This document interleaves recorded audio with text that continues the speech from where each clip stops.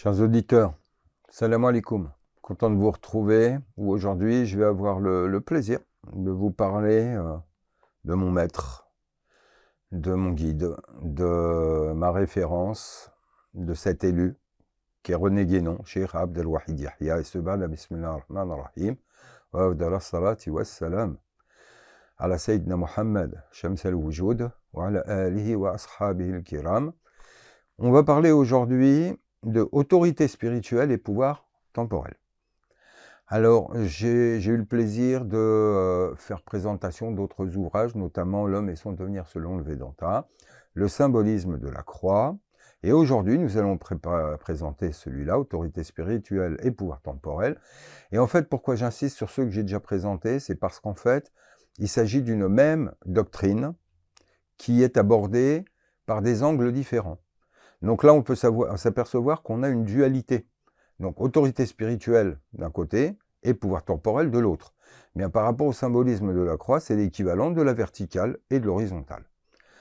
Donc dans ce livre, on pourrait s'y tromper, parce que beaucoup de gens l'ont vu comme un livre historique, alors qu'il va parler de doctrine, autorité, hiérarchie, fonction du sacerdoce et de la royauté, connaissance et action, les brahmanes et les kshatriyas, c'est-à-dire les mêmes choses, mais dans l'hindouisme, la révolte des kshatriyas, les usurpations, etc., ce qui fait une dégénérescence du cycle, c'est toujours les mêmes choses qui se présentent, et donc il finit par paradis terrestre et paradis céleste, où on a encore une fois une dualité en regard, et finalement la loi immuable.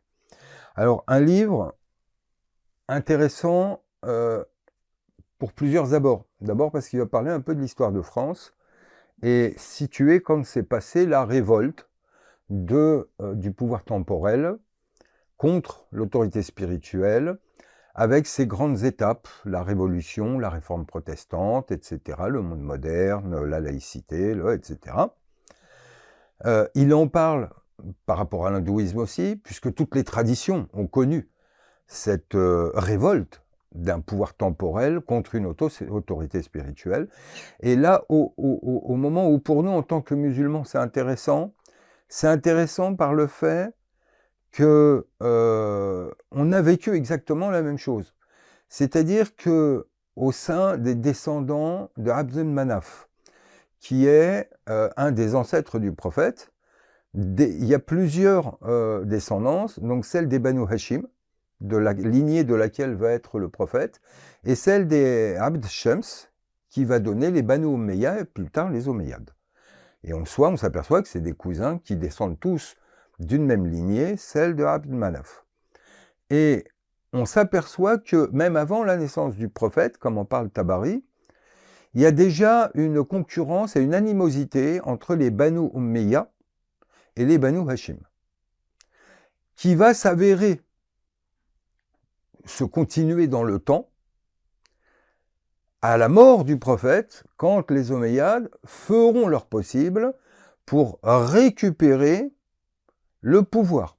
Donc là, on a les deux lignées des Sofianites, donc Abu Sofyan, et les Banu Omeyyah, et les Ibn al-As, où on va avoir la descendance qui va venir avec Amr ibn al-As, et plus tard, les Marwan ibn al-Hakam, qu'on va appeler les Marwanides, etc. Tout ça, c'est des Omeyyades.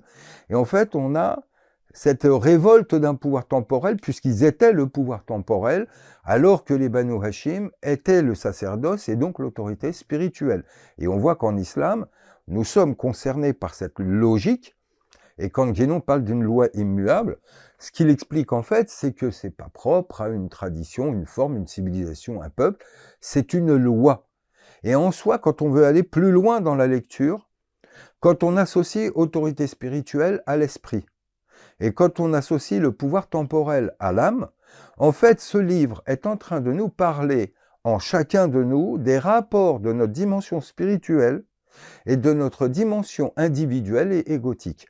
Donc le rapport de l'esprit et de l'ego, une fois qu'on sort du cadre historique, les rapports qui sont décrits sont en fait de dimension initiatique et nous ramène à des rapports internes en nous. Et au fond, c'est le plus intéressant. Donc, Ce livre a besoin de clés de lecture pour être bien compris, mais il est capital. C'est un très bon moment de lecture. Il est beaucoup moins difficile que les livres métaphysiques. Il se lit très très bien. Je vous en souhaite une bonne lecture et d'en tirer tout le profit spirituel, Inch'Allah. Salam alaikum.